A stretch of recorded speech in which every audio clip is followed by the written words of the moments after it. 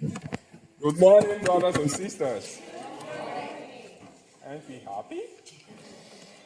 We give God the glory for the privilege we have once again to be here to worship Him in truth and in spirit, and also to sing praises and obey God's command.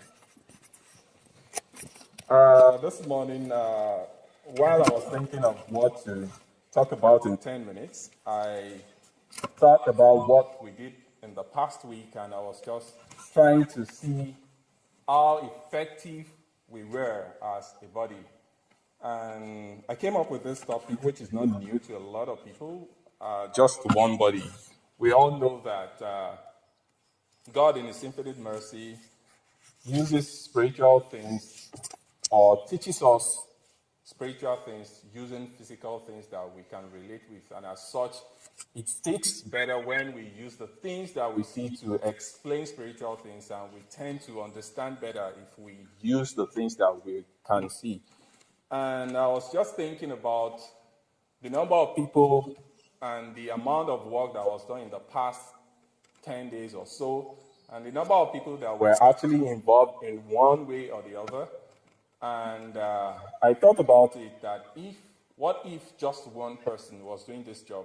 Take, for instance, I know the macho man here is Mr. Lee Duncan.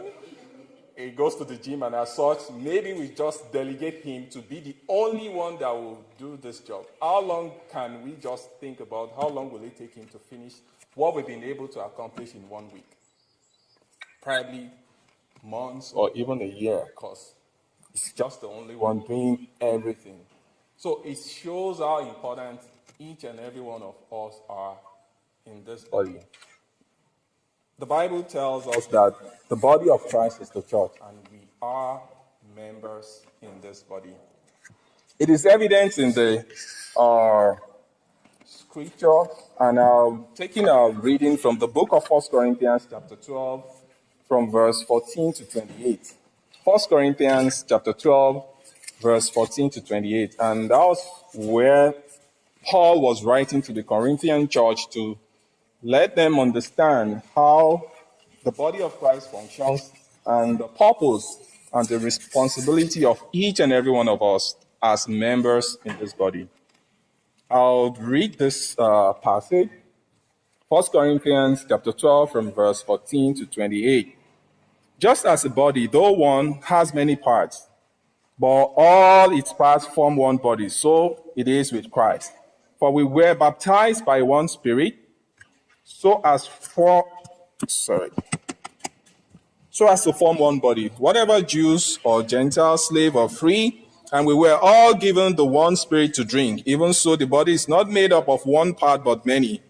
Now, if the foot should say, because I am not hand, I do not belong to the body, it will not for that reason stop being part of the body.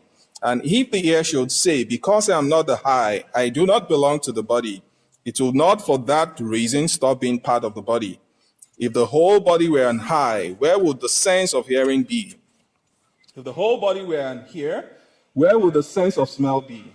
But in fact, God has placed the parts in the body, every one of them, just as He wanted them to be. If they were all one part, where would be the body? Where would the body be? As it is, there are many parts, but one body. The eye cannot say to the hand, I don't need you. And the head cannot say to the feet, I don't need you. On the contrary, those parts of the body that seem to be weaker are indispensable. And the parts that we think are less honorable, we treat with special honor. And the parts that are unpresentable are treated with special modesty, while our presentable parts need no special treatment.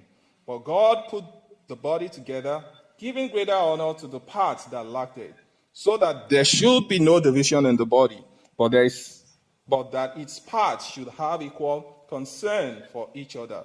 If one part suffers, every part suffers with it. If one part is honored, every part rejoices with it. Now you are the body of Christ, and each one of you is a part of it.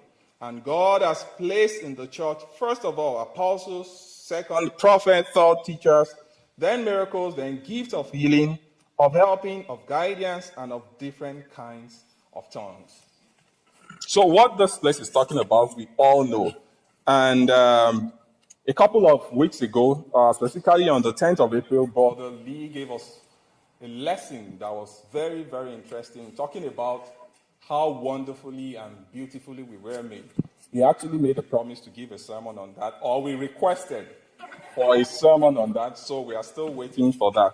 And during that lesson, he actually referenced a book that he shared with us afterwards that talks about the greatest miracle in the world, that was talking about all the intricacies and the minute parts that we all have in our bodies and the function of each one of this. And as such, if any part of this body does not function well, we don't function, to the best or to the optimum level. Because, take for instance, if your leg is hurting or something, I'm sure every one of us at one point or the other would have probably a part of our body that is paining. And because of that part, you can feel the pain in your whole body. And sometimes we are even unable to function as human beings. So this place is just trying to tell us that each and every one of us, we have a job to do in the body of Christ. If we are the body of Christ, and as such we are meant to be functioning, if we do not do our own part in the work of God or in the body of Christ, we are making the body of Christ to be less efficient. I want to thank God on behalf of each and every one of us here that have been able to take time to take part in this good work, because it is the work of Christ. Considering the magnitude of the renovation and the ones that we still have to do in the coming days and weeks, we should try as much as possible to be involved as a member of the body of Christ. If you can't partake in the work, physically, probably because of one reason or the other, some people might even contribute financially. Like James, the money man, can just order pizza for everybody doing the work just to be more efficient. And in other words, he is also contributing. I'm just kidding, James. You don't have to buy pizza. Yeah, so what I'm just trying to say is that we don't have to be physically present here. Even if you can't contribute financially or physically, have you prayed for the people doing the work? This is another way by which we can be involved. Every one of us have one way or the other that we can partake or help the body of Christ to be more efficient and to be a lot more functional as a part of the body. Ephesians chapter 4, verse 4, I believe we all know what that passage says. It says that there is one body. And Colossians chapter 1, verse 18 tells us what this body is. Let me read Colossians chapter 1, verse 18, just to be sure that the body that we are referring to is actually the church. Colossians chapter 1, verse 18. And he is the head of the body, the church, is the beginning and the firstborn from among the dead, so that in everything he might have supremacy. Other translation says preeminence. What that means is that for the body of Christ to be fully functional, all the parts of that body has to be fully functional. I have a friend that actually got injured a couple of weeks ago. He was playing soccer. We call it football back home, but I realized it's called soccer here. And he actually fractured his leg. And again, we all heard about Sister Amal, how she injured herself while she was painting. It shows to us that every part of our body, when it's not in the right frame or we have injuries. This friend of mine that I'm talking about could not go to work for almost 3 weeks now, and he still doesn't know when he's going to be back on his feet because he's on the wheelchair. And he was explaining the amount of pain he actually went through initially before he went through surgery, and the pain reduced. So when any part of our body as human beings is injured, we all know the kind of pain that we go through or the kind of issues that we have to deal with. At times, we are even non-functional. Like I said, he's on the wheelchair. Initially, the following day, he needed people to take his bread for him, to do a lot of things for him. So in other words, if you are the leg in this church and you are nowhere to be found, that means we have to get a wheelchair for the church because you are not around. If you are the eye, that means the church will be blind for a while if you are not around. This is just to show us that each and every one of us, we might not think about it, but we are all important in the body of Christ. And in order for us to make the body of Christ to be fully functional, we just have to take time out. Let us really think deeply and examine ourselves. Which part of the body are we? The truth is that every one of us have a special gift that is useful to the body of Christ. Let us take our time and ruminate. What part of the body am I?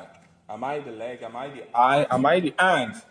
And when God needs us to be useful in His work, let us try as much as possible to be fully involved. I once again want to thank God on behalf of those who have been taking time out to get involved in this work. And I also want to encourage those who are yet to do that to consider it that it is very needed for each and every one of us to be involved in this kind of good work. And we should always remember, even as human beings, we tend to look at physical reward or immediate reward.